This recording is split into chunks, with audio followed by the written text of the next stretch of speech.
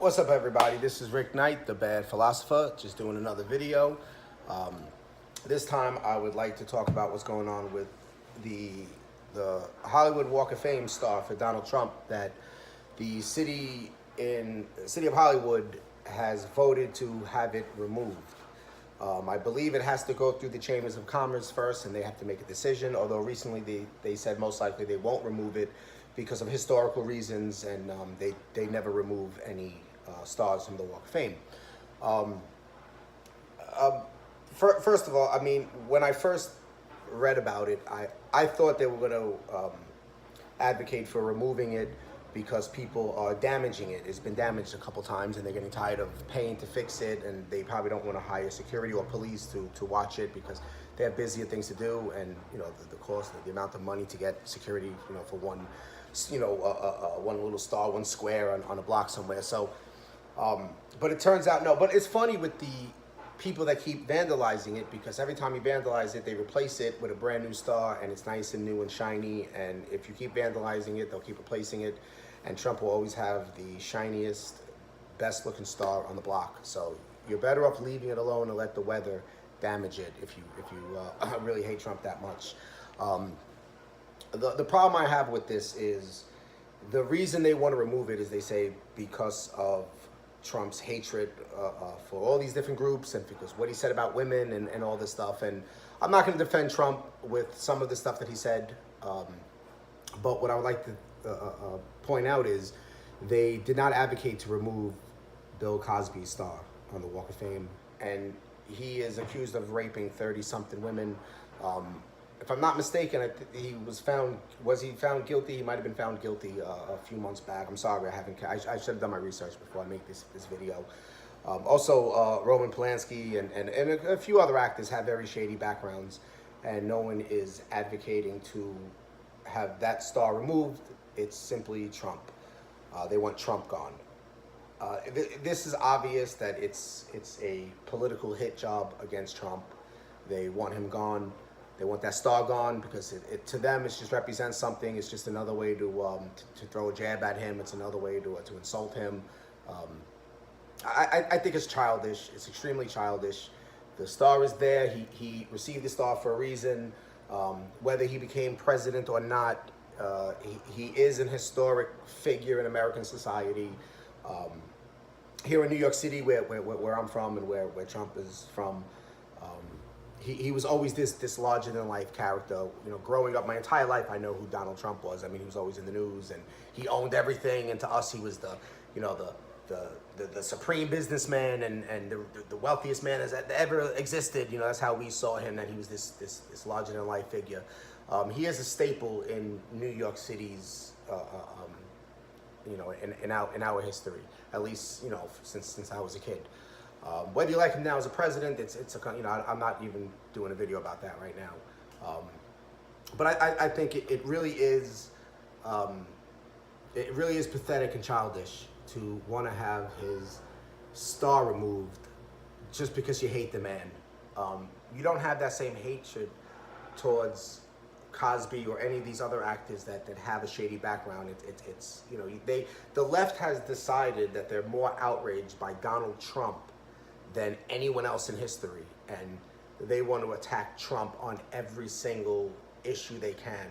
They compare him to Hitler, which is, as a Jew, it's so insulting to so many of us, and it should be insulting to you if you're an American and if you have a grandparent, a grandfather who fought in World War II, who went over to fight the Nazis.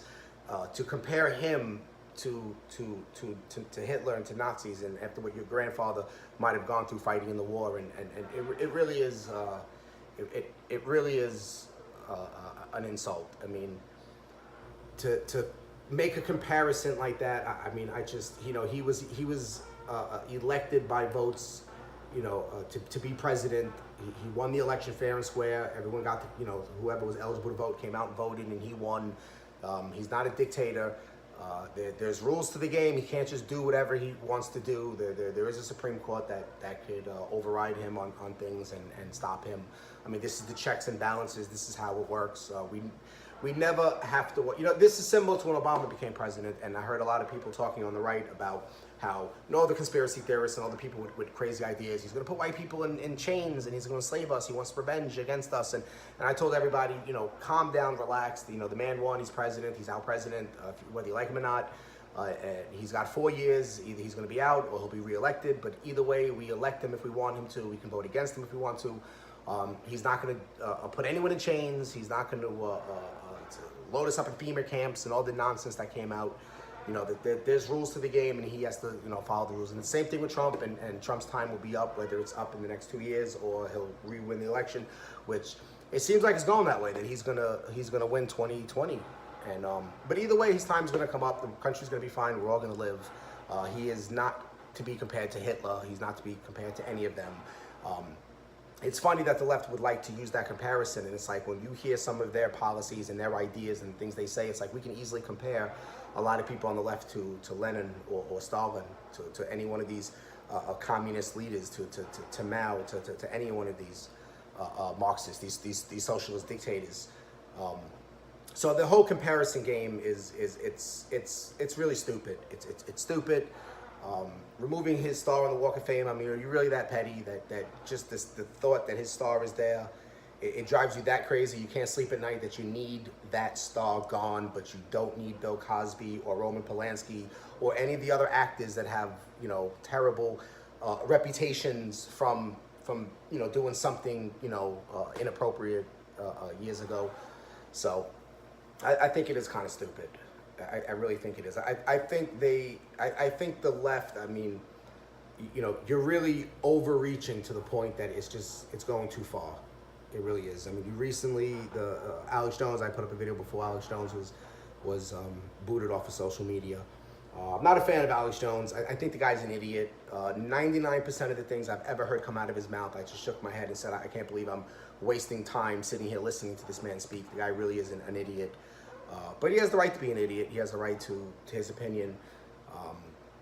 They said that he violated terms and conditions of social media, and that's why he was booted off. And it turns out, well, so far, it's turning out to be that he hasn't violated any terms and conditions. And if he has, and there's a video or something you can show that he did, please put it in the link below and prove me wrong. But I've checked with quite a few sources already, and it appears that he didn't threaten anyone. He didn't incite violence. As far as the hate speech condition, we still can't define what hate speech is. I mean, I'm guilty of hate speech pretty often in conversations with people and debating with people, and I might say something very simple. Maybe I'm talking about crimes in the communities, a different community, and I'm not saying that I'm not making any ill comments towards these groups, but I'm just talking about groups and crime in their community, and I'm having a civil conversation. So I'm saying, that's hate speech. And it's like, well, to the left, everything's hate speech if they don't agree with you. If you and the left if we don't get along with the left or we don't agree with them, it's hate speech. I mean, I'm called a Nazi. I'm called a white supremacist. I'm called all these things, even though I'm Jewish. It just doesn't make sense to me. Some of the things they call me. And they say I engage in hate speech, and of course not everyone. These are just some idiots I run across online, like the rest of us, when we're engaging people in conversation, and they say pretty wild things to us. We all experience this. If you have an opinion, and if you have a philosophy, and you engage people with your philosophy versus their philosophy, you're going to get called certain things. I mean, it's like when I deal with very religious people, sometimes they might say that Satan put this in my head, and stuff like that, and they make all kinds of wild and crazy, ideas. It's just the way it is. I don't take it personal. But with this whole Alex Jones thing, it's like they say he's a conspiracy theorist, and he is pretty off the wall. But I don't see social media or any of these giant tech companies chasing down all the other conspiracy theorists to boot them off of their platform. They say that he engages in hate speech. If you really wanted to kick off everyone dealing with hate speech, you can start with all the videos I've seen on YouTube from the Israelites, which we have a lot of them here in New York City, and they wear these silly costumes, and they stand on the corner usually in Times Square, and they talk about how they hate the white man and kill the white man and all this nonsense. And you can find imams in different mosques preaching hate and preaching an extreme version of Islam and saying why it's okay to kill gay people. You could find that online.